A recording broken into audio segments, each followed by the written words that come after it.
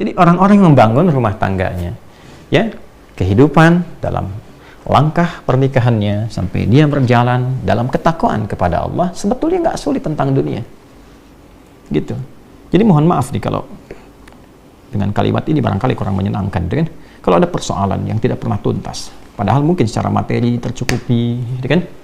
Masya Allah, kedudukan tinggi, tapi nggak tuntas nih. Boleh jadi yang dibutuhkan tuh bukan harta, bukan tingginya kedudukan Anda, yang dibutuhkan ketakwaan Anda kepada Allah. Itu saja. Ya, menyadari bahwa pernikahan ini adalah bagian dari amanat Allah Subhanahu wa taala.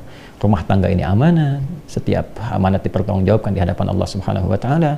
Dan kalau mengerti berumah tangga itu adalah ibadah, maka kita akan jaga cara kita beribadah kepada Allah. Anda kan kalau sholat Anda jaga rukun dan syaratnya kan. Nah, rumah tangga itu ada rukun dan syaratnya. Kan waktu mau nikah kan ada rukunnya, ada akad itu kan, syaratnya juga ada kan. Bukan cuma mahar kan, ada 2 saksi itu kan. Nah, kemudian juga ijab qabul dan sebagainya, itu kan terpenuhi. Nah, itu pembukanya, ya kan? Dalam perjalanannya pun itu harus dijaga, karena kalau memahami pernikahan itu sebagai ibadah kepada Allah, maka dijaga cara kita ibadah. Ya, jaga, jangan sampai ya terkena sesuatu yang kotor atau melanggar ketentuan ibadah. Nah, ini kalau dipertahankan, maka apa yang terjadi? Allah anugerahkan segala kemuliaan untuk mengabadikan kehidupan keluarga ini sampai dengan kehidupan di akhirat. Ya, kalau kita baca Quran surah ke-52 misalnya At-Tur ayat 21, Allah tegaskan di situ, walladzina amanu wattaba'athum dzurriyyatuhum biimanin alhaqna bihim dzurriyyatahum wama alatnahum min 'amalihim min syai' kullu imrin bima kasaba rahin. Dan para orang tua yang beriman itu menjaga iman. Jadi berkeluarga itu dengan imannya. Ya, bukan cuma dengan hartanya. Kalau dengan harta ya banyak bisa begitu. Dengan berkeluarga itu dengan imannya. Lalu iman diimplementasikan dalam bentuk amal saleh. Amal saleh suami kepada istri dalam bersikap, fa'ashiruhunna bil ma'ruf, surah keempat ayat 19. Demikian sebaliknya dengan anak-anak dan sebaliknya. Maka apa yang terjadi? Kalau orang tua mampu begitu, diwarisi oleh anak demikian, diniatkan karena imannya, maka mereka akan dipertemukan kembali di satu tempat di surga. Alhaqna bihim dzurriyyatahum, satu keluarga besar. Wa ma alatnahum min amalihim min syai', dan semua kegiatan berkeluarga itu dinilai langsung oleh Allah untuk mewujudkan pertemuan itu, karena dilakukan dengan iman, maka jadi ibadah. Kullu imrin bima kasaba rahin, tapi itu pilihan. Kalau Anda merasa itu hanya untuk melakukan kegiatan duniawi saja, hubungan seksual saja, ya mencari materi saja, itu pilihan Anda. Silahkan saja, itu pilihan Anda. Tapi pada saatnya sadari, kata Allah, Anda akan pulang, Anda akan meninggal. Makanya patut bertanya, setelah meninggalkan dunia ini ketemu lagi nggak? Ya kan? Satu masuk ke alam kubur, ya itu saja kan sudah nggak ada aksesnya, ya kan? Untuk bertemu kembali, paling dizarahi balik lagi dan sebagainya. Nanti di akhirat ketemu lagi nggak? Itu poinnya. Nah, berbahagianya kita, Allah itu Tuhan kita yang Maha Esa, lengkap menyampaikan dalam Quran. Tidak ada satupun kitab suci di muka bumi ini yang menyampaikan runtutan kehidupan kita secara detil dan lengkap. Dan itu diminta bahkan oleh Allah langsung. Silahkan riset, silahkan pelajari dari kedalamannya, kebahasaannya, ya dari logikanya, dari runtutannya, silahkan. Dan tidak ada satupun yang sempurna Al-Quran, karena ini firman Allah. Gitu. Ya, maka poinnya apa? Itu pilihan. Tapi kalau Anda memang berpikir dan ingin mengabadikan ketenangan duniawi ini untuk mendapatkan kemuliaan akhirat, maka niatkan sebagai ibadah. Dan jalannya akan berbeda. Ya, bahkan nanti ada yang tertinggi itu disambut oleh para malaikat. Allah perintahkan setiap malaikat berdiri di pintu surga untuk menyambutnya. Itu ada di Quran surah ke-13 Ar-Ra'd ayat 23 sampai 24. Ya kan?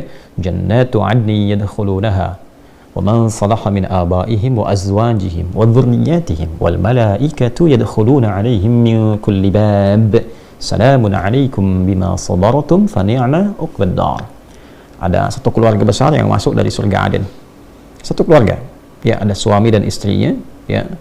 Bahkan ayah ibunya, suami istri, ayah ibu, dan keturunan ke bawahnya, anak cucu. Keluarga besar masuk, Masya Allah. Ya, saat masuk itu Allah perintahkan pada malaikat berbaris di pintu surga, sambut mereka dan selamati. Maka malaikat menyelamati mereka dengan kalimat salamun alaikum bima sabartum. Selamat ya, Anda sabar dalam menjalani kehidupan di dunia. Sabar, karena sakinah itu kan lekat dengan persoalan. Maka Anda sabar menunaikan sholat, sabar tahajud, sabar berpuasa sunnah, sabar berdoa kepada Allah, sabar dengan qanaah atas rezeki yang Allah berikan, ya kan? Ya, sabar membina kehidupan rumah tangga. Lakukan karena Allah. Kalau cuma karena peran suami dan istri, capek rumah tangganya. Tapi kalau dilakukan untuk menaati Allah, ada keringanan nantinya. Gitu. Kalau semua ditampilkan seperti itu, capek hidupnya. Tapi kalau kita lakukan lillah, sudah Allah yang titipkan, ya jalani dulu aja.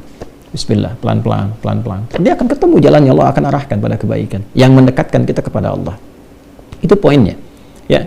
Maka malaikat mengatakan, "Salamun alaikum bima sabartum." Sekarang nikmati hasilnya. Fa ni'ma uqbad dar. Silahkan nikmati tempat terindah ini yang belum pernah dijamah dirasakan oleh siapapun. Ya, dari kalangan makhluk Allah Subhanahu wa ta'ala.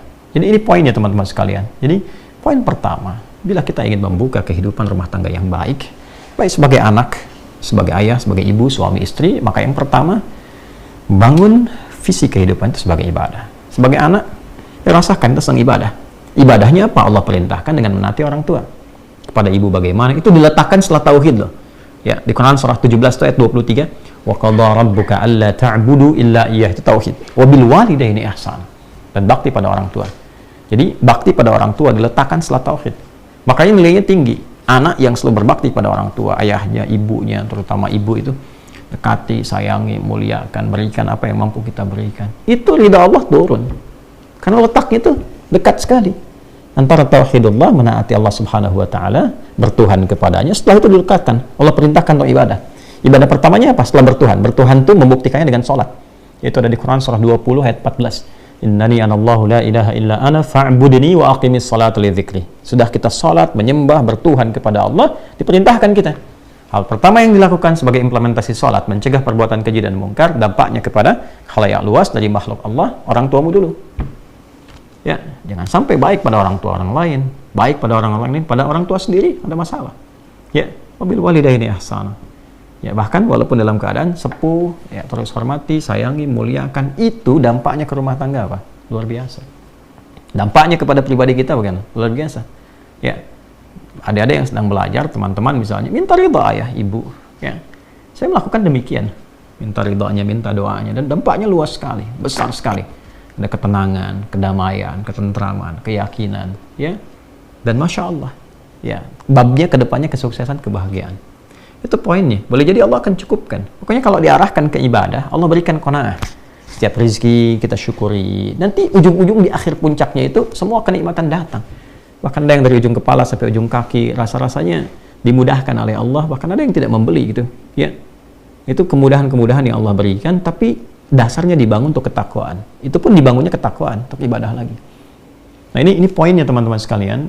Bagian pertama yang kita pelajari dari fikih kehidupan berumah tangga untuk semua, bukan hanya untuk yang mau menikah. Ini babnya untuk semua. Dan semua kita kan berasal dari madrasah pertamanya di rumah, ya kan? Anaknya, bapaknya, ibunya, suami, istri, dan sebagainya. Maka hal pertama, niatkan kehidupan berkeluarga itu untuk menaati Allah Subhanahu wa ta'ala dalam konteks ibadah kepadanya. Setelah itu, lihat perannya yang Allah titipkan kepada kita apa. Saya laki-laki, oke, berarti laki-laki sebagai anak pasti itu. Ya, karena lahir kan di atasnya ada ayah dan ibu. Setelah itu jadi apa? Ya, di suami misalnya kan. Nah, dari suami perannya bagaimana? Jadi ayah perannya bagaimana? Demikian yang perempuan sampai dengan ke atasnya. Dan itu lengkap tuntas babnya, sampai contohnya.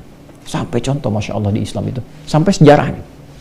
Ya, jadi pedomannya di Quran ada, penjelasannya di Sunnah ada, contoh idealnya ada. Ini kehidupan Nabi dari mulai jadi anak sampai ke atas jadi kakek. Kemudian dari untuk perempuan istri beliau, makanya disebutnya Ummahatul Mukminin, ibunda kita. Ngambil contoh ke atas. Setelah itu lihat sirahnya seperti apa, lengkap. Coba tunjukkan setidaknya kepada kami saat ini di mana ada ajaran yang begitu lengkap dari panduannya, ya. Kemudian contohnya, tokohnya bukan fiktif, ada sejarahnya bisa dilacak. Tuh. Jadi kurikulum di Islam itu sangat lengkap. Tinggal bagaimana umat muslim, ya kan, itu bisa mengimplementasikan semua tuntunan itu dalam wujud kehidupan yang nyata yang kita alami saat ini. Ya, ini nasihat juga untuk pribadi, untuk kita semua. Sama saja, saya juga demikian. Ya, para ustadz yang lain, para kiai juga sama saja. Ya, tidak akan pernah bisa melewati bab-bab ini. Ya, apa dikira misalnya bahkan seorang nabi pun tidak punya persoalan dengan istrinya, kan? Ya, bahkan kalau tarik ke atas, ya tarik ke atas lagi. Era-eranya misalnya bahkan jauh ke Nabi Nuh alaihissalam. Dan persoalan pertama ketika Nabi Adam diciptakan kan dengan pasangan, ya, di tempat latihan di surga itu kan dengan pasangan juga. Nah, itu pasti akan turun ke bawahnya. Ya, babnya banyak sekali, kalau kita teruskan lagi banyak sekali. Ada suaminya sukses, setan datang lewat suami, mental datang ke istri, hati-hati. Ya, kadang-kadang ya untuk korupsi misalnya yang era-era kekinian, dorongannya bukan berarti dari Dari pekerja yang laki-lakinya saja, mungkin masuknya lewat ibunya, lewat istrinya, bisa jadi lewat anak, ngasih hadiahnya ke anak, ya, ke suami mental, masuknya lewat dapur istri, dan sebagainya. Hal-hal demikian tuh. Karena itu pesannya apa? Quran surah ke-66 ayat ke-6, ya ayyuhalladzina amanu, hei, semua anggota keluarga, qu anfusakum wa ahlikum nara, jaga dirimu dan jaga keluargamu dari ancaman neraka. Jangan sampai di dunia merasakan seakan nikmat, di akhirat terancam. Kan dunia sementara. Ya, kan sudah paham betul itu, kita itu meninggal. Sadarilah. Ini kan malam nih waktu Indonesia ya, bagian barat. Coba sebelum tidur renungkan. Kan mau meninggal. Terus setelah itu mau apa? Lalu tarik balik. Apa yang selama ini dilakukan? Yang dikumpul-kumpul itu buat apa sih? Ya kan? Buat apa? Semua capaian yang mau diharapkan itu. Islam tuh elegan sekali. Capaian itu baru punya nilai setelah berwujud amal soleh.